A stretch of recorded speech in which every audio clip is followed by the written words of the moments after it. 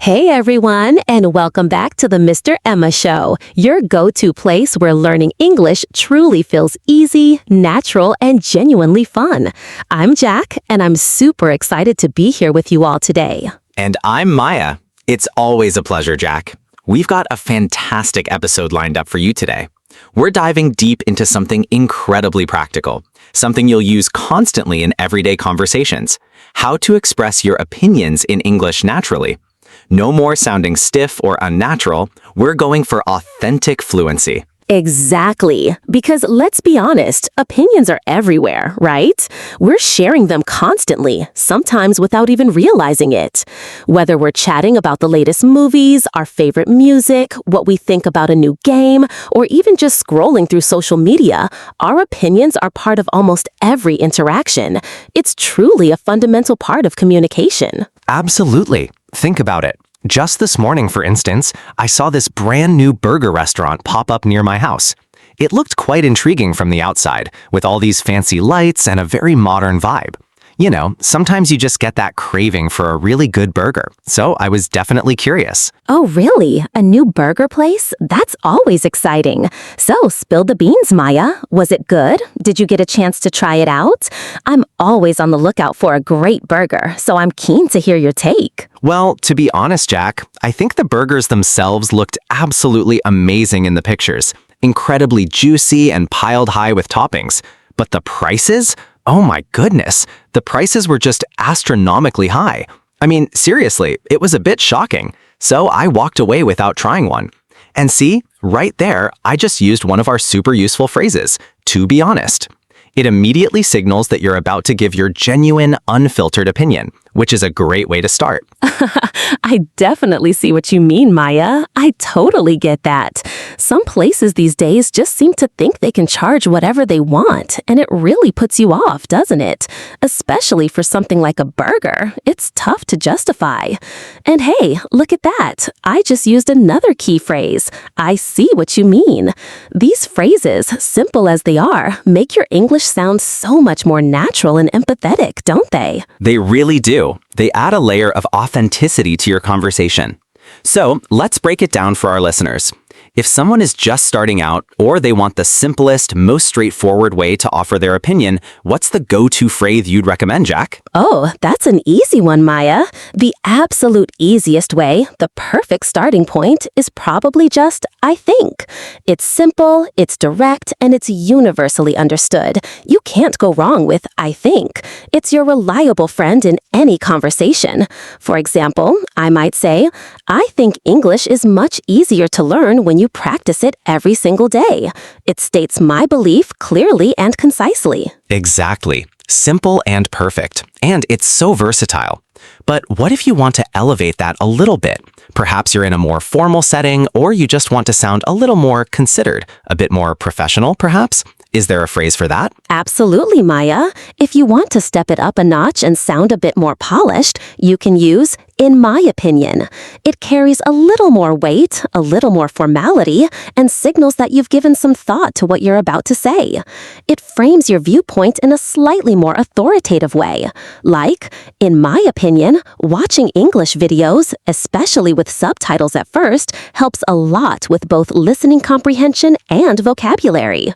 It's still accessible, but definitely sounds more deliberate. Definitely. That's a great one for when you're discussing more serious topics or presenting an idea at work, for instance. Now, what about the opposite end of the spectrum? Sometimes you want to express an opinion, but you want to sound really soft, gentle, maybe even a little hesitant, or just more friendly and less assertive.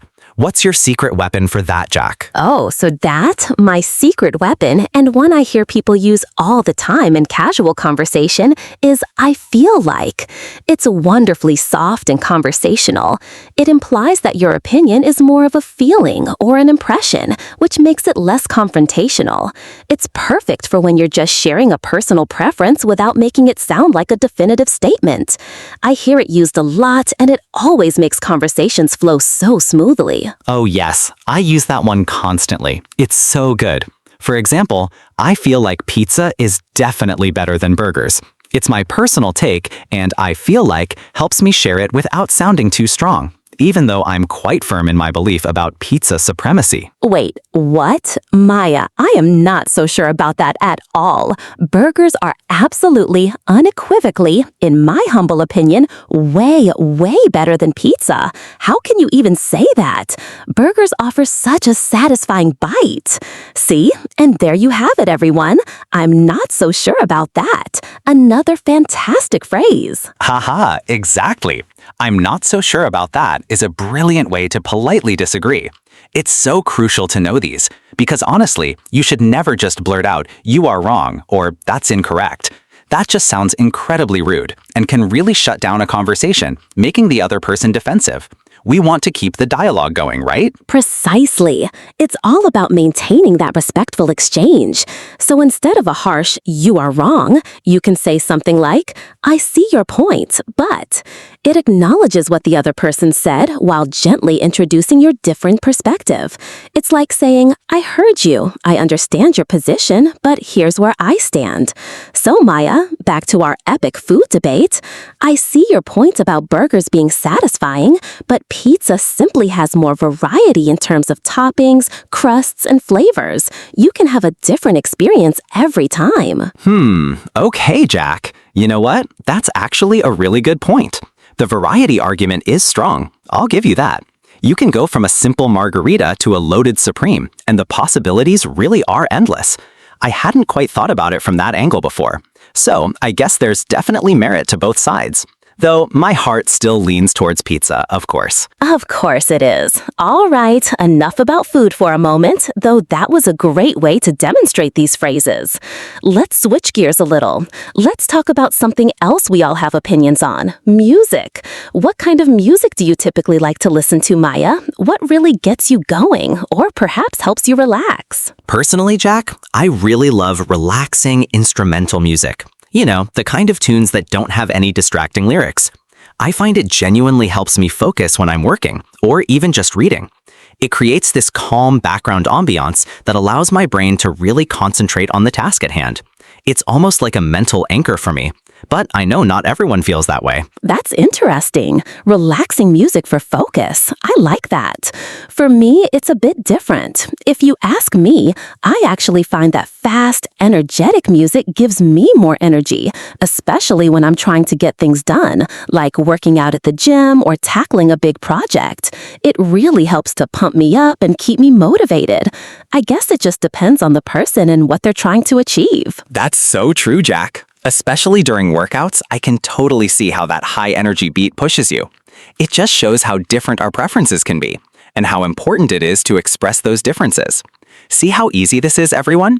You just need to grab a few simple phrases, integrate them into your vocabulary, and suddenly your conversation sounds so much more fluent, natural, and engaging. Exactly. And this is the key takeaway.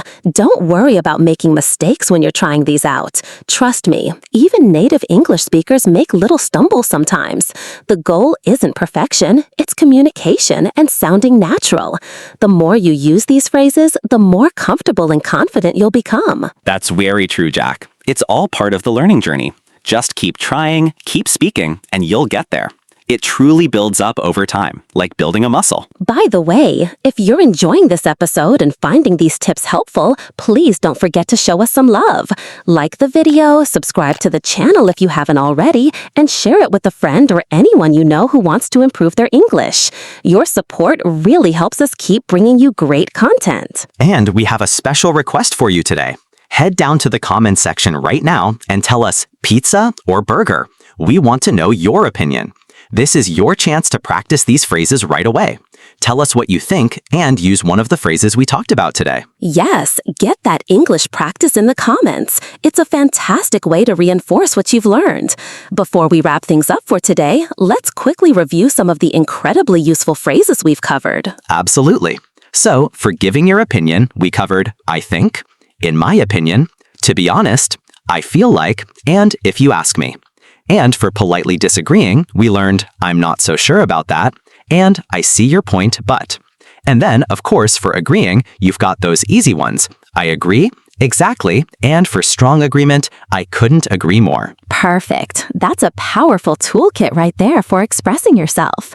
Well, that's all the time we have for today on the Mr. Emma Show. We sincerely hope this conversation has not only entertained you, but genuinely helped you learn some real, natural English expressions that you can start using immediately. Keep practicing a little bit every day. Immerse yourself in English whenever you can, and your English will improve faster than you think. Consistency is absolutely key. It's all about building those habits. By the way, if you're enjoying this episode and finding these tips helpful, please don't forget to show us some love. Like the video, subscribe to the channel if you haven't already, and share it with the friends or anyone you know who wants to improve their English. Your support really helps us keep bringing you great content. And we have a special request for you today. Head down to the comments section right now and tell us pizza or burger. We want to know your opinion. This is your chance to practice these phrases right away. Tell us what you think and use one of the phrases we talked about today. Yes, get that English practice in the comments. All right, everyone. It's been a fantastic discussion today on the Mr. Emma Show. And, reinforcing what we've learned is always so important. Before we wrap things up for today, let's quickly review some of those incredibly useful phrases we've covered. What do you say? Absolutely. I think that's a brilliant idea. So for giving your opinion, we went through some really common ones like I think, in my opinion, to be honest, I feel like, and a great informal one, if you ask me. Then when you need to politely disagree, we learned I'm not so sure about that, and that really helpful phrase, I see your point, but... And of course, for agreeing, you've got those easy go-tos, I agree, exactly, and for really strong agreement, I couldn't agree more. It's a solid lineup, isn't it? It really is. That's a seriously powerful toolkit right there for expressing yourself clearly and naturally. Well, tragically, that's all the time we have for today here on the Mr. Emma Show. We sincerely hope this conversation hasn't just been entertaining, but also genuinely helped you pick up some real, natural English expressions that you can start using in your everyday life right away. Exactly. And remember, folks, keep practicing just a little bit every single day. Really try to immerse yourself in English whenever and wherever you can. Your English will improve faster than you think, honestly. Consistency is absolutely key here. It's really all about building those small, effective habits over time. That's fantastic advice. Thanks so much for tuning in and spending this valuable time with us. Take care, everyone. Keep learning and growing, and we'll definitely be back with another engaging and helpful episode very soon. Bye, everyone. See you next time.